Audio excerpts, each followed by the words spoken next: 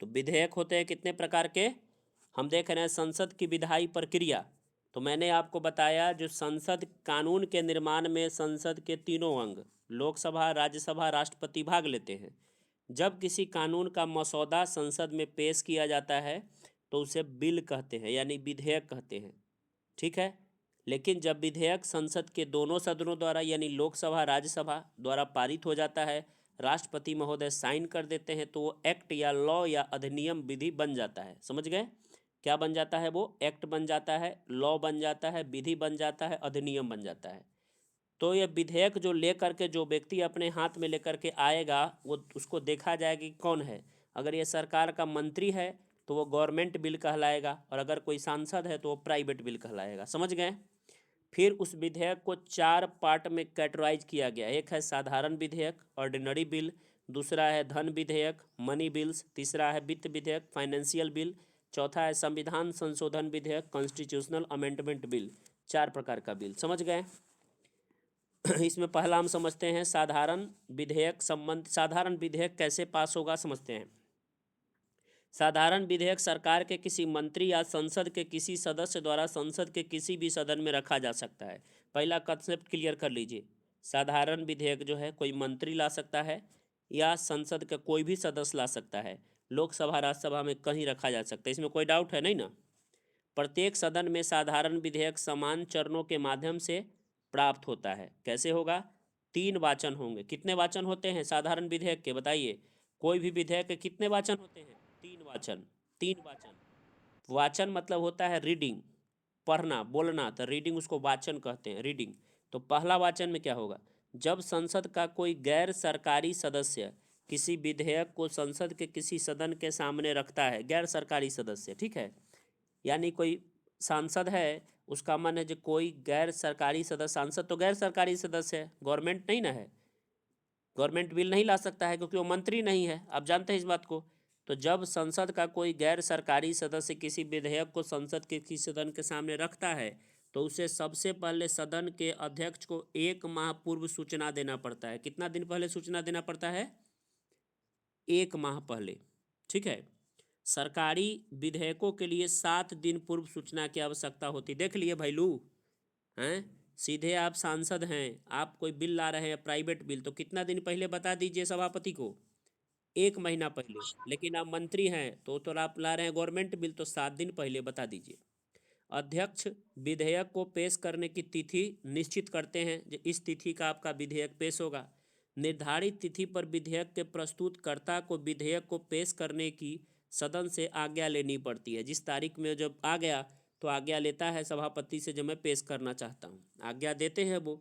उस पर विधेयक का प्रस्तुतकर्ता विधेयक का शीर्षक एवं उसका उद्देश्य बताता है, बताएगा ना जी विधेयक का शीर्षक क्या है, शीर्षक है, क्या उद्देश्य है, और उसे पेश करता है। साधारणतः किसी विधेयक का पेश होना ही उसका प्रथम वाचन मान लिया जाता है। प्रथम वाचन किसको मान लिया जाता है, बताइए? विधेयक जब पेश हुआ तो वही प्रथम वाचन मान लिया गया। प्रथम वाचन में कोई विवाद नहीं होता है। प्रथम वाचन में कोई विवाद होगा? नहीं होगा। ठीक है। परंतु यदि विधेयक को पेश करने का विरोध किया जाता है या विधेयक महत्वपूर्ण है तो प्रस्तुतकर्ता विधेयक के संबंध में संक्षिप्त भाषण भी दे सकता है और विरोधी सदस्य भी संक्षेप में उत्तर देते हुए आलोचना कर सकते हैं। जब सदस्य बहुमत से विधेयक का समर्थन कर देते हैं तो विधेयक सरकारी गजट में प्रकाशित किया जाता है। सरकारी गजट में कब प्रकाशित किया जाएगा? जब समर्थन हो जाएगा। क्या ये पूरा बात समझ में आया आपको? प्रथम वाचन का मतलब है जो कोई गैर सरकारी सदस्य लेके आएगा तो कितना दिन पहले सभापति को बता के लाएगा? 1 महीना पहले। सरकारी सदस्य लाएगा तो 7 दिन पहले सूचना दे देना पड़ेगा। ठीक है। साधारणतः किसी विधेयक का पेश होना ही उसका क्या कहलाता है? प्रथम वाचन। प्रथम वाचन में कोई विवाद आमतौर पे नहीं होता है। जब सदस्य बहुमत से विधेयक का समर्थन कर देते हैं तो विधेयक सरकारी गजट में प्रकाशित हो जाता है। ठीक है। परंतु जब किसी सदन का अध्यक्ष किसी विधेयक को सदन में पेश करने की आज्ञा प्रदान करने के पूर्व ही उसे सरकारी गजट में प्रकाशित करने की आज्ञा दे दे तो इससे प्रथम वाचन का पूरा हुआ मान लिया जाता है। पेश करने से पहले ही अगर मान लिया सरकारी गजट में प्रकाशित करवा दिया तभी भी मान लिया जाएगा कि प्रथम वाचन हो गया। समझ गए? अब दूसरा वाचन। सदन में विधेयक के पेश होने के पश्चात उसकी प्रतियां जो है, मतलब उसका प्रिंट जो है, ठीक है, सदन के सदस्यों में बांट दिया जाता है और दूसरा वाचन उसका शुरू होता है। ठीक है, विधेयक के प्रथम वाचन और दूसरे वाचन में प्रायः 2 दिन का अंतर होता है। कितने दिन का अंतर होता है? 2 दिन का। परंतु यदि अध्यक्ष आवश्यक समझे तो उस विधेयक के दूसरे वाचन की आज्ञा दे सकता है और इस अवसर पर विधेयक का प्रस्तावक निम्न सदस्यों में से कोई एक प्रस्ताव रख सकता है कि सदन विधेयक पर तुरंत विचार करे, विधेयक प्रवर समिति को भेज दिया जाए या विधेयक को दोनों सदनों की संयुक्त प्रवर समिति को भेज दिया जाए। ये कहानी है पूरा का पूरा। ठीक है, समझ रहे हैं? साधारणतः आवश्यक सरकारी विधेयकों या विवाद रहित विधेयकों को तुरंत द्वितीय वाचन के लिए रख लिया जाता है। शेष विधेयकों को प्रवर समिति या संयुक्त समिति को सौंप दिया जाता है। जो जरूरी है उसको तुरंत देखा जाता है, फिर उसके बाद समिति अवस्था से गुजरेगा, कमेटी स्टेज से, फिर उसके बाद रिपोर्टिंग स्टेज से गुजरेगा। ठीक है, और ये करते करते एक एक अनुच्छेद को स्वीकार करके अस्वीकार की करके मतलब पूरा प्रक्रिया हो जाएगा। विधेयक के पास होने में सबसे अधिक महत्वपूर्ण चरण यही होता है, यानी विधेयक के पास होने में सबसे महत्वपूर्ण चरण कौन होता है? उसका रिपोर्टिंग स्टेज। अगर पूछेगा कि साधारण विधेयक के पास होने में सबसे महत्वपूर्ण चरण क्या होता है तो क्या कहिएगा? उसका रिपोर्टिंग स्टेज सबसे महत्वपूर्ण चरण होता है। समझे बात को?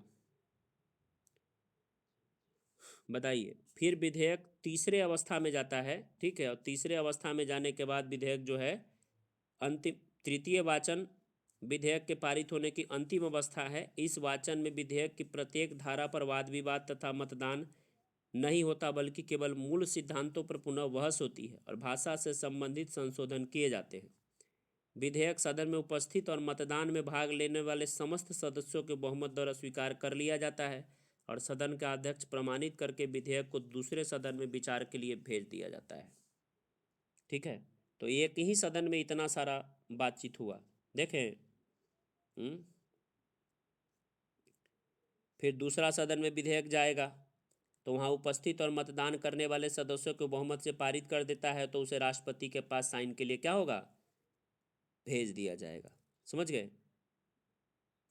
आप देखिए, जैसे पहला सदन के पास गया ना, तो प्रथम मान लीजिए पहला सदन में विधेयक आया, मान लीजिए लोकसभा में आया, तो प्रथम वाचन हुआ, पेश किया गया तो सरकारी गजट में प्रकाशित हो गया, या कोई सरकार का मंत्री पेश कराया तो सरकारी गजट में करवा के लेबे किया, तो यो मान लिया जाएगा प्रथम वाचन हो गया। क्या?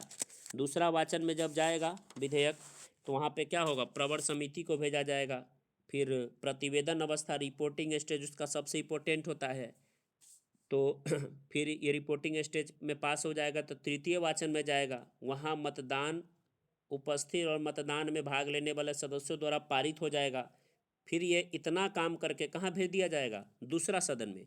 और दूसरा सदन में भी ये सारा का सारा स्टेज गुजरेगा। दूसरा सदन में भी क्या होगा? ये सब होगा, पहला वाचन, दूसरा वाचन, तीसरा वाचन वहाँ भी होगा। और वहाँ जब कंप्लीट हो जाएगा तब जा कर के इसको किसको भेज दिया जाएगा साइन के लिए? बताइए। राष्ट्रपति के पास। समझे बात? क्लियर हुआ? बताइए। संसद का संयुक्त अधिवेशन, संविधान के अनुच्छेद 108 के तहत संसद के संयुक्त अधिवेशन का उपबंध किया गया है। बार बार मैं पूछता हूँ, खूब परीक्षा में पूछता है संयुक्त अधिवेशन।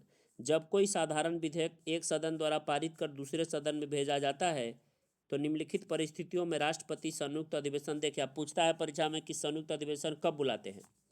मान लीजिए लोकसभा ने पास करके कोई विधेयक भेज दिया राज्यसभा के पास, ठीक है, तो क्या होगा? दूसरा सदन ने विधेयक को अस्वीकार कर दिया, नहीं माना, तो संयुक्त अधिवेशन राष्ट्रपति बुला सकते हैं। दूसरे सदन ने ऐसा संशोधन करके प्रस्ताव किया हो जिसके लिए दोनों सदन अंतिम रूप से सहमति प्राप्त नहीं कर रहे हो, तब भी राष्ट्रपति संयुक्त अधिवेशन बुला देगा 108 के तहत। दूसरा सदन 6 माह तक विधेयक को अपने पास क्या करेगा? रख लेगा, तब भी बुला लेगा। समझ गए? संयुक्त अधिवेशन। तो संयुक्त अधिवेशन को बुलाता कौन है? राष्ट्रपति बुलाता है। ठीक है, और संयुक्त अधिवेशन की अध्यक्षता कौन करते हैं? लोकसभा के अध्यक्ष करते हैं। समझ गए? लेकिन संयुक्त अधिवेशन सिर्फ और सिर्फ बुलाया जाएगा, एकदम रट जाइए, सिर्फ और सिर्फ संयुक्त अधिवेशन बुलाया जाएगा साधारण विधेयक या वित्त विधेयक पे। वित्त विधेयक में धन विधेयक छुपा हुआ हो सकता है, लेकिन वित्त विधेयक धन विधेयक नहीं है।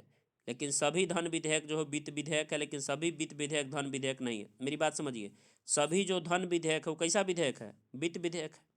लेकिन सभी जो वित्त विधेयक वो धन विधेयक नहीं है। तो साधारण आपको पूछे कि ये जो संयुक्त अधिवेशन बुलाया जाता है किस किस मुद्दा पर, तो कहिएगा साधारण विधेयक पे या वित्त विधेयक पे। समझ गए ना बात। धन विधेयक तथा संविधान संशोधन विधेयक के संबंध में संयुक्त अधिवेशन नहीं बुलाया जाएगा, रट जाइए। धन विधेयक तथा संविधान संशोधन विधेयक के संबंध में संयुक्त अधिवेशन नहीं बुलाया जाएगा, क्योंकि धन विधेयक पर लोकसभा का निर्णय अंतिम होता है। ठीक है। संविधान संशोधन विधेयक संसद के दोनों सदनों द्वारा अलग अलग विशेष बहुमत से पारित होना चाहिए। अच्छा, तो भारत के इतिहास में अब तक कितना बार संयुक्त अधिवेशन बुलाया गया है? कितना बार बुलाया गया है? तो 3 बार बुलाया गया है, 3 बार। सबसे पहले 6 मई 1961 को प्रधानमंत्री जवाहरलाल नेहरू के कार्यकाल में दहेज निरोध विधेयक पास हुआ था, तो उसको संयुक्त अधिवेशन बुलाया गया था 1961 में, दहेज निरोध विधेयक। दूसरा बार मोरारजी देसाई ने 1978 में बैंकिंग सेवा आयोग पर विचार के लिए संयुक्त अधिवेशन बुलाया था।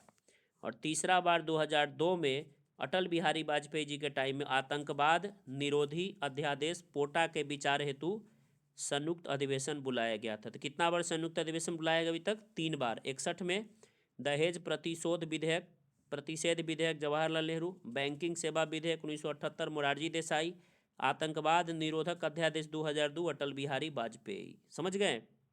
तो अब तक कितना बार बुलाया गया है? 3 बार। संयुक्त अधिवेशन बुलाता कौन है? राष्ट्रपति। और अध्यक्षता कौन करते हैं? लोकसभा के अध्यक्ष। किंतु यदि वो उपस्थित हो तो, देखिए, संसद के संयुक्त अधिवेशन की अध्यक्षता लोकसभा का अध्यक्ष करता है, किंतु यदि वो नहीं हो तो कौन करेगा? तो लोकसभा का उपाध्यक्ष करेगा। क्या? यदि वह भी नहीं है तो राज्यसभा का सभापति कर सकता है, तथा उनकी भी अनुपस्थिति में कोई ऐसा व्यक्ति उस अधिवेशन की अध्यक्षता कर सकता है जो अधिवेशन में उपस्थित सदस्यों द्वारा चुना जाए। संयुक्त अधिवेशन की अध्यक्षता राज्यसभा का सभापति का मतलब उपराष्ट्रपति नहीं करेगा, उपसभापति कर सकता है। जान जाइए, उपराष्ट्रपति नहीं कर सकता, क्योंकि वो संसद के किसी भी सदन का सदस्य उपराष्ट्रपति तो होता ही नहीं है, तो कैसे करेगा? समझ गए ना। क्योंकि वह किसी भी सदन का सदस्य नहीं होता है। संयुक्त बैठक का कोरम दोनों सदस्य की कुल सदस्य संख्या के 1/10 होता है, यानी दोनों सदन का 1/10 कोरम जुटा करके बैठक होगा। संयुक्त बैठक की कार्यवाही लोकसभा के प्रक्रिया नियमों के अनुसार संचालित होती है। ठीक है, समझ गए बात आप लोग? राष्ट्रपति की स्वीकृति। अनुच्छेद 111 के तहत जब दोनों सदनों द्वारा अलग अलग या संयुक्त बैठक में पारित विधेयक को राष्ट्रपति के लिए भेजा जाता है, तो 111 अनुच्छेद के तहत राष्ट्रपति के पास 3 प्रकार की शक्ति है। राष्ट्रपति के प्रकाश कितने प्रकार की शक्ति है? 3 प्रकार की। वह विधेयक पर अपनी अनुमति दे देंगे, तब तो बातें क्लियर है, क्या कानून बन जाएगा। वह विधेयक पर अपनी अनुमति रोक देंगे, या उसे अपने सुझाव के साथ सदन को पुनर्विचार के लिए भेज देंगे। किंतु यदि दोनों सदन द्वारा विधेयक को फिर संशोधित करके या बिना संशोधित दोबारा उनके पास भेजा जाएगा, तो राष्ट्रपति विधेयक पर हस्ताक्षर करने के लिए क्या होते हैं जी? बाध्य होते हैं। और राष्ट्रपति के हस्ताक्षर होने पर विधेयक क्या बन जाता है? कानून बन जाता है, एक्ट बन जाता है, और उसे सरकारी गजट में प्रकाशित करके लागू कर दिया जाता है। समझ गए? जब राष्ट्रपति न तो विधेयक पर अपनी अनुमति देता है और न ही पुनर्विचार के लिए संसद में वापस भेजता है, तो विधेयक अंत हो जाता है। इसे राष्ट्रपति की पॉकेट वीटो शक्ति कहते हैं। क्या कहते हैं? पॉकेट वीटो शक्ति। इस शक्ति का प्रयोग सर्वप्रथम राष्ट्रपति ज्ञानी जैल सिंह ने 1986 में भारतीय डाक संशोधन विधेयक के संबंध में किया था। बताइए, क्लियर हुआ?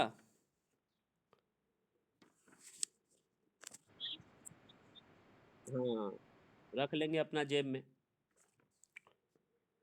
तो बन जाएगा पॉकेट वीटो। बताइए, पूरा कंसेप्ट क्लियर हुआ? संयुक्त अधिवेशन समझे? साधारण विधेयक समझे? साधारण विधेयक का लफड़ा होगा तो संयुक्त अधिवेशन। पूरा साधारण विधेयक का कंसेप्ट क्लियर हुआ? धन विधेयक आप देखते हैं, मनी बिल, धन विधेयक। उसके बाद वित्त विधेयक का, तब संविधान संशोधन विधेयक, यही है ना। धन विधेयक के पारित होने की प्रक्रिया। धन विधेयक को पारित करने की प्रक्रिया साधारण विधेयक की प्रक्रिया से अलग होता है। अच्छा, साधारण विधेयक से सवाल सब बना लीजिएगा ना, समझ गए खूब अच्छा से आप लोग?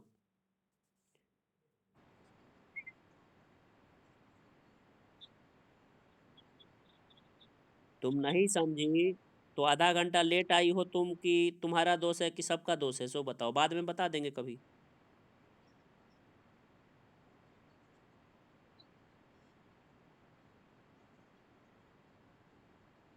देखो देखो देखो देखो देखो, मेरी बात सुनो प्रीति। मान लिए तुम्हारे घर में एक पेटी है, ठीक है। उस पेटी में सोना रखा है, चांदी रखा है, 500 1000 रुपया का नोट रखा है। तो वो सारा का सारा जो रखा हुआ है ना, उसको वित्त कहेंगे। क्या कहेंगे? वित्त कहेंगे। वित्त विधेयक कहेंगे। समझ गई बात? हम्म। वित्त विधेयक कहेंगे। अब तुम्हारी माँ ने तुम्हें कहा कि देखो बेटी, कि इसमें से जिस पैसा को तुम अपने हाथ से उठा लोगी वही धन बन जाएगा। क्या बोली माँ? जिस पैसा को अपने हाथ से उठा लोगी वही धन बन जाएगा। तुम कौन हो? तो लोकसभा के अध्यक्ष हो। समझ गई? तो मान ली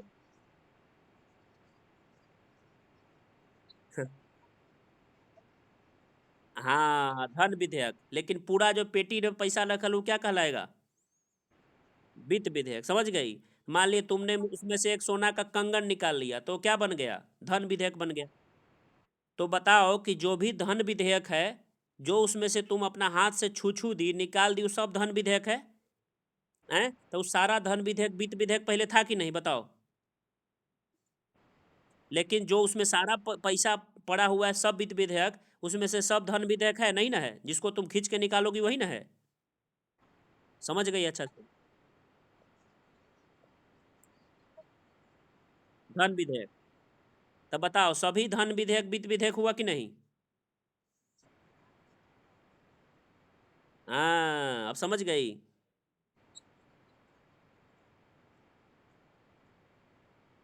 साधारण विधेयक जो यही ना बीच में तुम घुसी हो, शुरू से पढ़ना चाहिए ना। शुरू से नहीं पढ़ोगी तो सबको तुम्हारे वजह से दिक्कत होगा। साथ देखो, चार प्रकार का, देखो संसद में जो विधेयक पेश होता है, अब यही बता के आज बंद कर दूंगा। संसद में जो विधेयक पेश होता है ना, वो चार प्रकार का, दो प्रकार का विधेयक पेश होता है। एक होता है सरकारी बिल, एक होता है गैर सरकारी बिल। क्या होता है? एगो होता है सरकारी विधेयक, एक होता है गैर सरकारी विधेयक, मतलब गवर्नमेंट बिल और प्राइवेट बिल। तो मान लिए कि तुम्हारे इलाका का सांसद का क्या नाम है? हम्म। नित्यानंद। नित्यानंद राय तो मंत्री है ना? तो वो जो बिल पेश करेगा ना, वो सरकारी बिल कहलाएगा। और तुम्हारे बगल का कोई विधेयक सांसद होगा, वो मंत्री नहीं होगा, वो जो बिल पेश करेगा प्राइवेट बिल कहलाएगा। समझ में आ गया ये बात? ठीक है। अब जो बिल पेश होगा, उस बिल को चार पार्ट में बांटते हैं: साधारण विधेयक, धन विधेयक, वित्त विधेयक और संविधान संशोधन विधेयक। अभी मैंने पूरा बात बताया साधारण विधेयक के बारे में। साधारण विधेयक जो है ना, 3 स्टेज से गुजरता है लोकसभा में, और 3 स्टेज से ही गुजरता है राज्यसभा में। समझ में आया? अगर फर्स्ट फर्स्ट स्टेज क्या होगा? फर्स्ट स्टेज होगा, जो मान लिए कि जो सरकार में मंत्री नहीं है, अगर कोई सांसद है, वो जा कर के पेश करेगा, तो पेश करने से 1 महीना पहले लोकसभा के अध्यक्ष को या राज्यसभा के सभापति को बता देगा, 1 महीना पहले।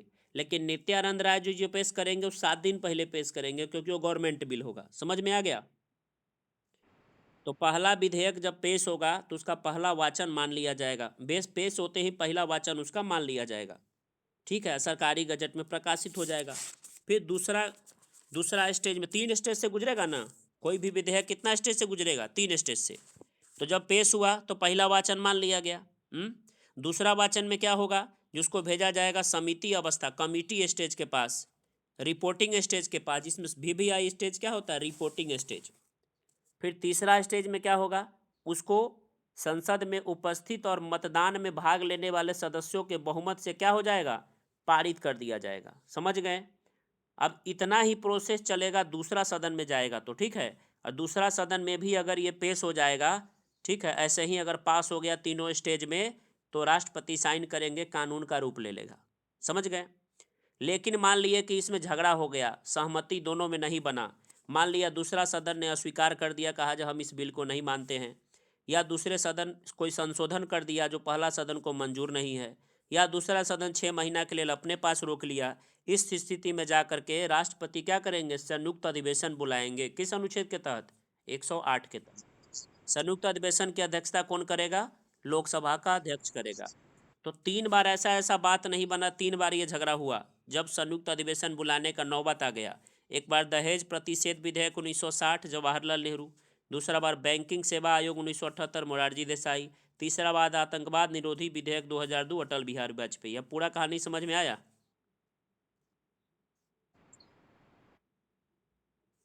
चलिए, तो अब समझ में आ गया तो मैं यहीं पे रहने देता हूँ आज का क्लास, ठीक है, क्योंकि अब जो है